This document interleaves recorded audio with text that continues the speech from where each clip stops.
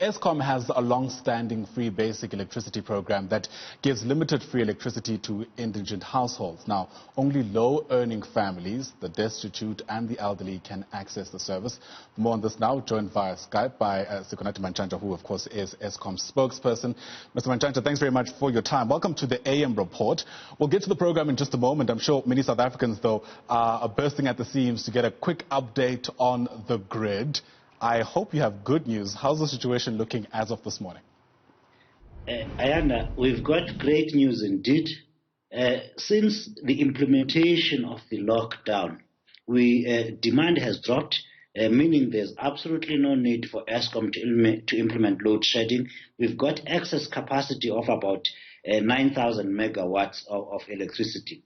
However, I must tell you this because people are confusing it with load shedding. Yesterday, Eskom announced that it will restrict electricity supply in the peak hours of the morning and in the evening to the high-density areas of Gauteng, where we suffer big illegal disconnections, overloading, infrastructure going up in flames, which is all caused by overloading and electricity theft. So for a few hours in a day, we will restrict supply to those areas. And let's repeat, these are the high-density areas where people just connect and tap into the electricity or overload the infrastructure. And you see substations blowing up. You see transformers going up in explosions, causing massive damage and huge financial losses to Eskom and indeed to the public. So you will have that going forward. That's an attempt to restrict the loss of electricity through theft. I imagine that as an intervention to try to solve the long-standing issue makes sense, but it doesn't sound sustainable in the long term. To what end is the electricity being rationed there? I mean, for instance, is it being rationed with the attempt of trying to go in and try to fix some of those issues? Unfortunately, I have sat with you in your studio a few months ago discussing non-payments in areas like Soweto. Where you have those non-payments, our colleagues and employees and contractors of Eskom are never welcome with open arms when we come in to disconnect illegal electricity, when we come in to do audits to check who has bypassed their meters in order to solve these problems. So we need a solution where communities who are now suffering due to lack of electricity, because Eskom has to protect its infrastructure, we have a duty to make sure that the people who pay for electricity are able to receive as much electricity as they can. So we need the communities to welcome us and protect Eskom's employees in order to come and do the disconnections, and then we can all live happily with electricity. We are at this point able to generate more than enough electricity that we do not need to load shed. But unfortunately, where the system is overloaded, we have to protect the infrastructure.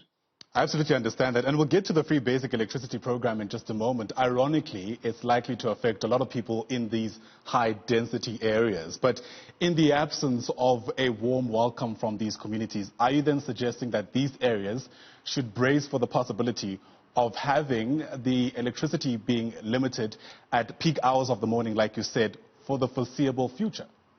Yes, absolutely. Unfortunately, that at this point is the best way of going about it. Until we are able to go in and audit an area and take out the illegal connections. And when you see your neighbor, when you see people tapping into Eskom's poles, it is your duty to phone 08600 37566 and report the theft of electricity and help us identify the culprits. And in that way, that is the only sustainable way of dealing with it. Unfortunately, until we are at that level where we can, the infrastructure is there, it can really meet all the requirements. But when people just abuse the system and tap in and illegally connect, then that's where we suffer losses, and people then will have to sit without electricity. Well, the immediate question then becomes, what about the residents who happen to live in those communities, aren't aware of the people who are using electricity in these untoward ways and therefore aren't able to report it? I mean, they appear to be on the sort of short end of the stick, so to speak. I mean, what's your message to those people? You are quite correct, and unfortunately, there are no easy answers to this. The only way Eskom can ever solve this problem is when you open your home and you allow us to come in and check how loaded your system is. If you are overloaded, you can apply for an additional extension, for an additional meter, because while you have one supply going into the main house, the 20 rooms or 10 rooms at the back, they are all a household in their own right, and they then desire and they need their own meter system. They need more supply, more infrastructure. When we are not able to do that, unfortunately, the transformer will explode, and you will not have electricity. So the only way is to allow Eskom to come in and make sure that everybody is connected legally and no one is overloaded. In the long term, that's the only way we can manage it. In the short term, unfortunately, people will have to accept that they will be inconvenienced by loss of electricity for a few hours a day. It's the fairest way at this point. I repeat again, there are no easy solutions. Every little solution has got 1,000 problems. Okay, let's try and, I guess, gain more favorability with Eskom for those who might take exception to this. The Free Basic Electricity Program has been around for quite some time. However, it appears not many South Africans know about it. We understand that those who are destitute, for instance, are some of the people who are able to apply for this aid. Tell us about it and, clarify issues around who might be, able to get assistance in this way. It's an initiative of the government that was started in 2003. Where households that earn, the current amount now is 3,200 rands and below, and of course those with no income whatsoever, they can go to a municipality and register as indigent people, and the municipality then gives them a token where they can collect on a monthly basis from Eskom a free amount of electricity. People don't know about this, and Eskom thinks during these hard times of the lockdown and the COVID, and indeed people possibly losing income due to being locked away from work opportunities. We thought people don't know about this. We must remind them. Let's repeat again, it's an initiative of the government where poor people have access to free electricity, but they are not claiming it. And we think that's because not many municipalities are advertising this opportunity. Yeah, and my understanding is that you're able to qualify for a minimum of about 50 kilowatts of electricity per hour every month, but this varies according to the municipality you're in. Take us through some of the factors to consider and what municipalities are using to decide how much you actually do get.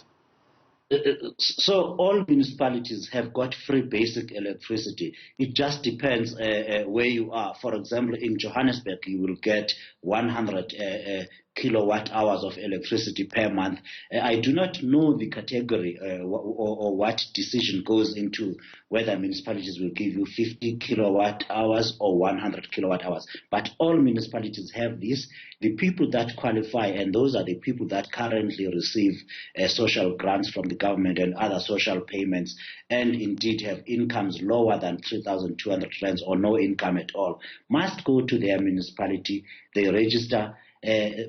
From there onwards, you just go to Eskom on a monthly basis, or to a vendor, just like you would buy your electricity. You just bring your card and you get your free allocation. If of course you have the ability to top up, you do like everybody else does. That's where it is. There are not enough people claiming this basic electricity, yet the municipalities are paying for it and the government is paying for it. All that is needed is for people to just come forward and say, I want my free allocation.